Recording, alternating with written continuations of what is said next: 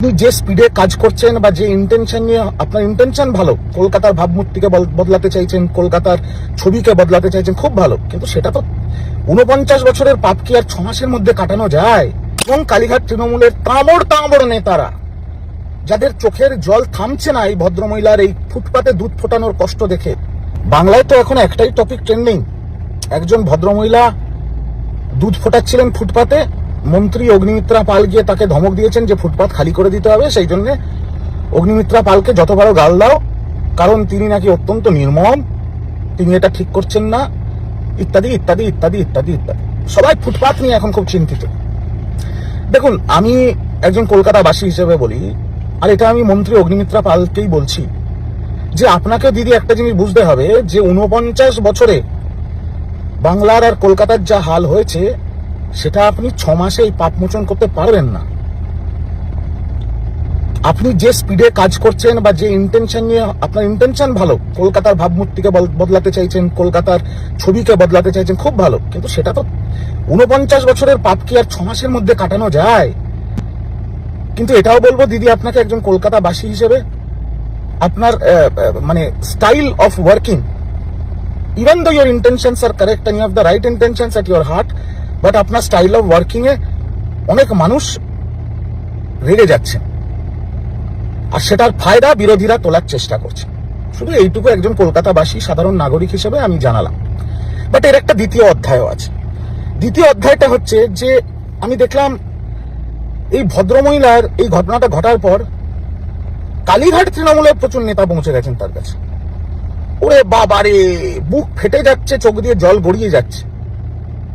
তাকে নিয়ে ছবি হলো, তাকে নিয়ে প্রেস হলো, তাকে নিয়ে এদিক ওদিক ঘোরাঘুরি হলো এই ভদ্রমহিলাকে নিয়ে।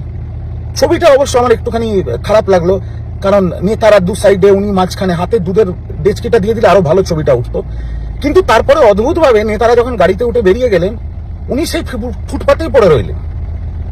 তারপরে আবার কালীঘাট তৃণমূলের আরেক রাউন্ড নেতা গেছে সেখানে, তারাও গিয়ে কিছু চাই আপনার, কটা দুধের প্যাকেট কিনে দেবো, কিছু টাকা লাগবে আপনার, ইত্যাদি ইত্যাদি ইত্যাদি, কিন্তু তিনি রয়েই গেলেন সেই ফুটপাতে। তো আমার বক্তব্য হচ্ছে খুব সিম্পল, কলকাতার বুদ্ধিজীবীরা, সমাজসেবীরা এবং কালীঘাট তৃণমূলের তাঁবড় নেতারা যাদের চোখের জল থামছে না এই ভদ্রমহিলার এই ফুটপাতে দুধ ফোটানোর কষ্ট দেখে, তারা তাকে তুলে নিয়ে গিয়ে নিজের বাড়ির সামনে একটা জায়গা দিতে পারে। তো কে আটকেছে? নিজের বাড়ির সামনে একটা জায়গা দিন।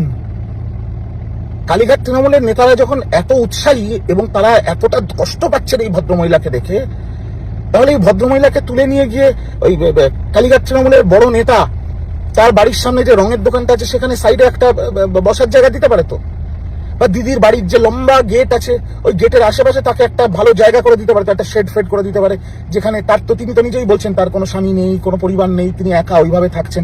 একটা শেড ফেড করে একটু দিদির গেটের পাশে, যেখানে তিনি নিশ্চিন্তে ঝড় জল বাতাস সব থেকে রক্ষাও পাবেন এবং তিনি নিশ্চিন্তে তার দুধ ফোটাতেও পারবেন।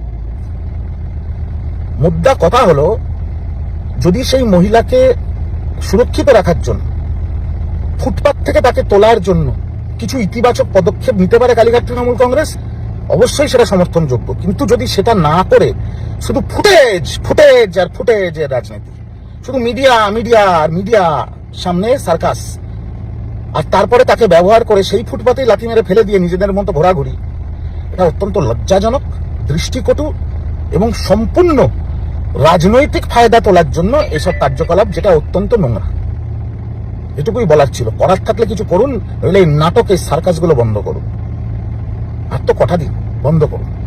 আর রইল আমার কমেন্ট বক্সের কথা, আমার কমেন্ট বক্স এখন থেরাপি বক্স হয়ে গেছে কালীঘাট তৃণমূলের জন্য। হ্যাঁ, থেরাপি বক্স কেন বলছি, কারণ কালীঘাট তৃণমূল আর কালীঘাট তৃণমূলের যত উলু খাগড়া আছে তাদের কাজ হচ্ছে আমার কমেন্ট বক্সে ঢুকে গাল বন্ধ করা। আমি কমেন্ট বক্স কোনোদিন বন্ধ করিনি, না কোনোদিন বন্ধ করব। তাই mentally, physically and sexually frustrated Kalighat Trinamool Congress, আপনারা এসে আমার কমেন্ট বক্সে গালাগাল দিয়ে একটু মনকে হালকা করতেই পারেন। উন্মুক্ত দ্বার আপনাদের জন্য খোলা আছে। আবার দেখা হবে। সবে ব্যাটিং শুরু করলাম আজ থেকে, দেখুন না।